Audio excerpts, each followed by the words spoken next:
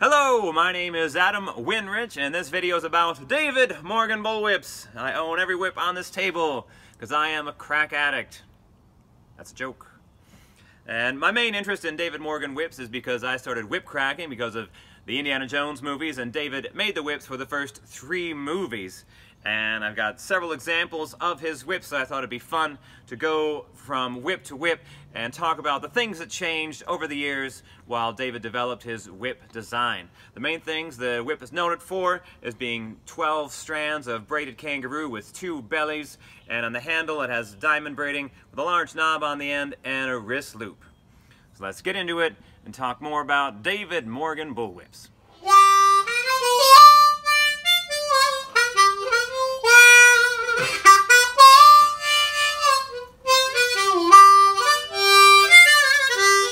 This is the earliest David Morgan whip that I have. Myself and Bernardo Del Carpio believe it would have been made in the 1970s.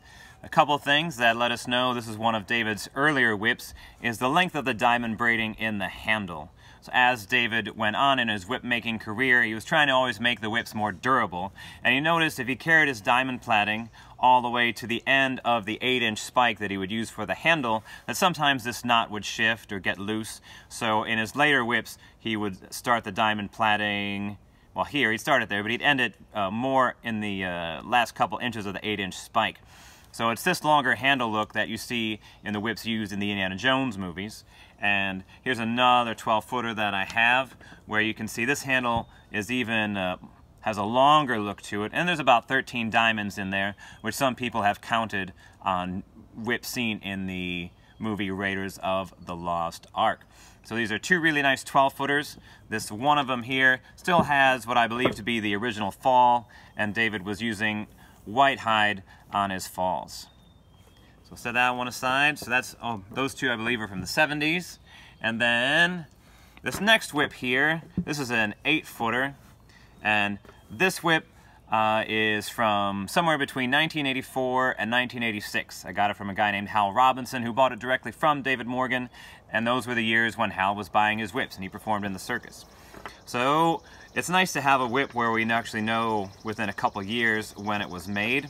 So a couple of things that distinguish this one. First, you'll notice the knot placement. Let's flip that over there.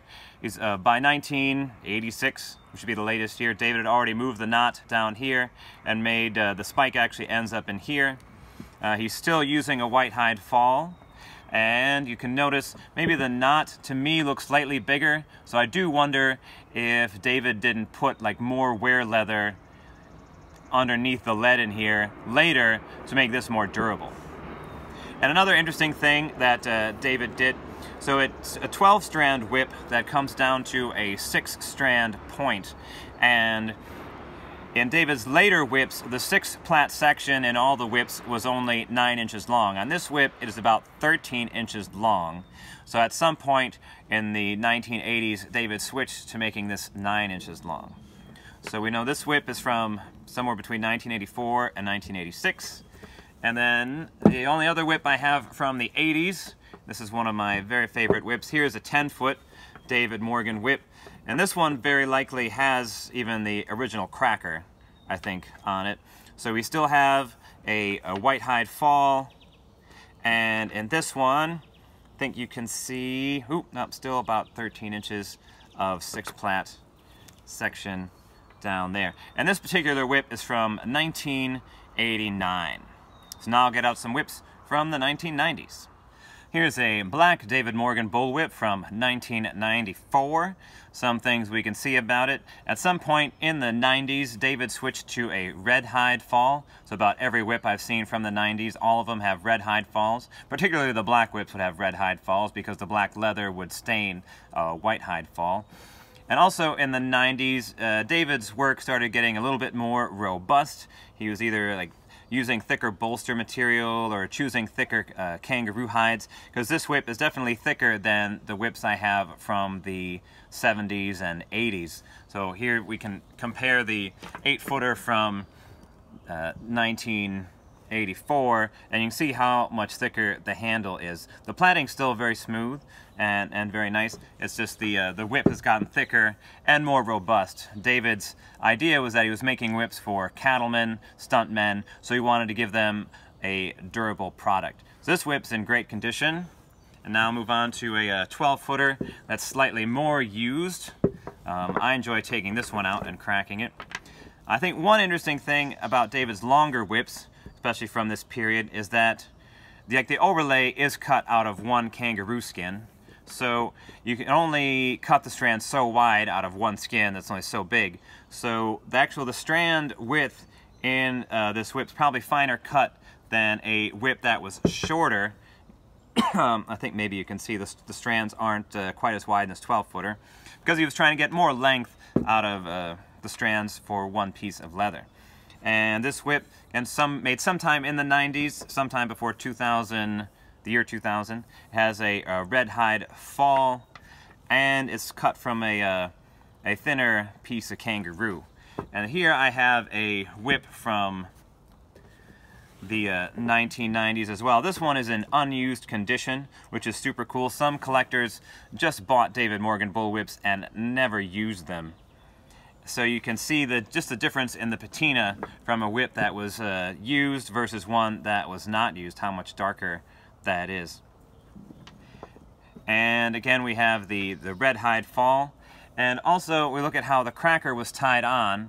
This is David's typical cracker knot, and then at some point he decided to tie a different knot, which I will show you in a second. So here is another unused 10-foot David Morgan bullwhip in, of course, immaculate shape, and we still have a red hide fall. And if you notice the cracker attachment, it's actually different from this other unused 10-footer. This is one way to tie on a cracker, where there's a little loop, and this other one is actually better for thicker falls.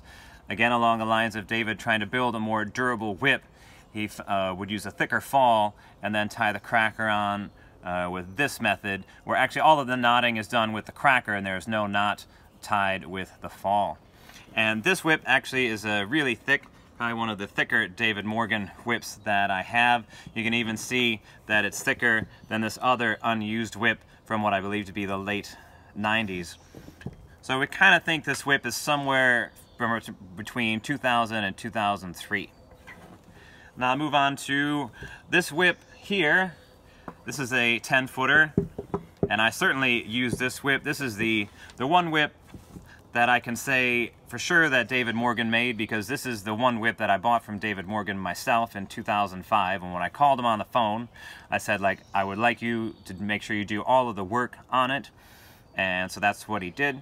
And from 2005, about in this period, David was towards the end of his whip making career, and so his hands weren't quite as strong anymore, so the plaiting is a bit looser on this one.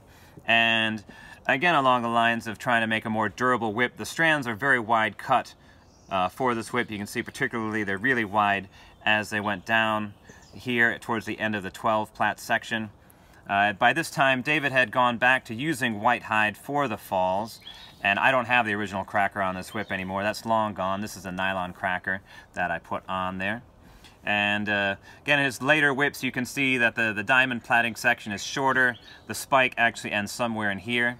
And during this period, I know people would call David and ask for longer handles and try to get custom work. But David wasn't interested in making a boutique collectible item. He was interested in making whips that were meant to be used. So he usually would not honor those requests about trying to move the knot out here as they were on his older whips used in the Indiana Jones movies. He just wanted to make something that was durable. And I also asked on this whip for a smoother butt knot, so he used a thinner piece of kangaroo on there. So this whip, I know David did all the work on it, and then we'll move on to this other 10-footer that has some use. I bought this from the original owner, and he said he bought it in 2007. So that would be the last year that David made whips. So what I think is interesting about this one is, to me, the cut of the leather looks very similar to the one that David made himself, but the plaiting is significantly tighter on this whip. So at this point, Alex Morgan, David's grandson, was helping David with the whips. So I understand starting about 2005, Alex would help with the braiding of both the bellies and the overlays. So considering how tight this whip is braided, I believe it probably was braided by a younger person and not by someone in their 70s. So I think that's why it still has the look of the whip that I bought that was made by David, but it's braided tighter. So I think it was braided by Alex. And then after 2007, all of the whip making turned over to Megan Baldwin and Alex Morgan, David's grandson. And I'll show you one of those whips. And the last of the Bullwhips I'll show you is this whip made in 2013. I understand that Megan Baldwin did some of the cutting out and it was Alex that did the braiding. So some things that differentiate this whip from excuse me, David's later whips is if you look at how it's cut out, the cutting is actually much finer, especially all the way down in the point, because Megan Baldwin was more efficient at cutting out. And so some of the whips from this period that people bought from the company David Morgan, made in the shop that David Morgan used, they're usually finer cut, tight. They're braided a little bit tighter than David's later production. And overall, they're really good whips. I remember seeing one of these in 2010 and thinking that, wow, somebody got a really good reproduction of a David Morgan bullwhip. And then I come to find out, no, it was a whip made at David Morgan by either Megan Baldwin or Alex Morgan. So you can see the also the strands in the handle are cut finer, and also the plaiting is a bit neater here through this part of the whip. Looking at David's older whips, you can see some spots where the strands like sort of lay on top of one another, but in this whip, the way it's braided, all of the strands really just butt up right against each other, so the plaiting is very neat and a very nice whip. David made a lot of braided products, including belts, hat bands, bolo ties, and he also made different types of whips, some more rare than others. So this is a cow whip that David would have made. I bought two of them and I sold one of them to his son Will Morgan. You can see a picture of a whip with this exact kind of handle in one of the earlier editions of David's book, Whips and Whip Making. It's a pretty long whip, very nicely braided, and a good example of David's work. And then David also made snake whips. This one is a 10-footer and unused, or it's also called a black snake or a shot whip. There's no stiffening in the handle, and he would put about 12 ounces of lead shot on the inside with just one braided belly on the inside of this whip. Again, also an unused condition, about the same age as one of my unused 10-footers. Very nice whip. And here's a fun whip. This is the pocket snake, sold at David Morgan. This is one of the later production whips that would have been made by Megan Baldwin or Alex Morgan. So David didn't make this whip himself. A lot of lead loading on the inside of this, and it's a fun whip to use. The idea that you could coil it up fine enough that you can fit it right in your pocket. You can see while I coil it up, the whip is still pretty stiff. Well, there you go, some whips made by David Morgan. And if you'd like more information about David Morgan's work or whips, you can look up the David Morgan website, davidmorgan.com. They still sell whips that are made by Alex Morgan, David's grandson. They're all very well made. My name is Adam Winrich. Thanks for watching.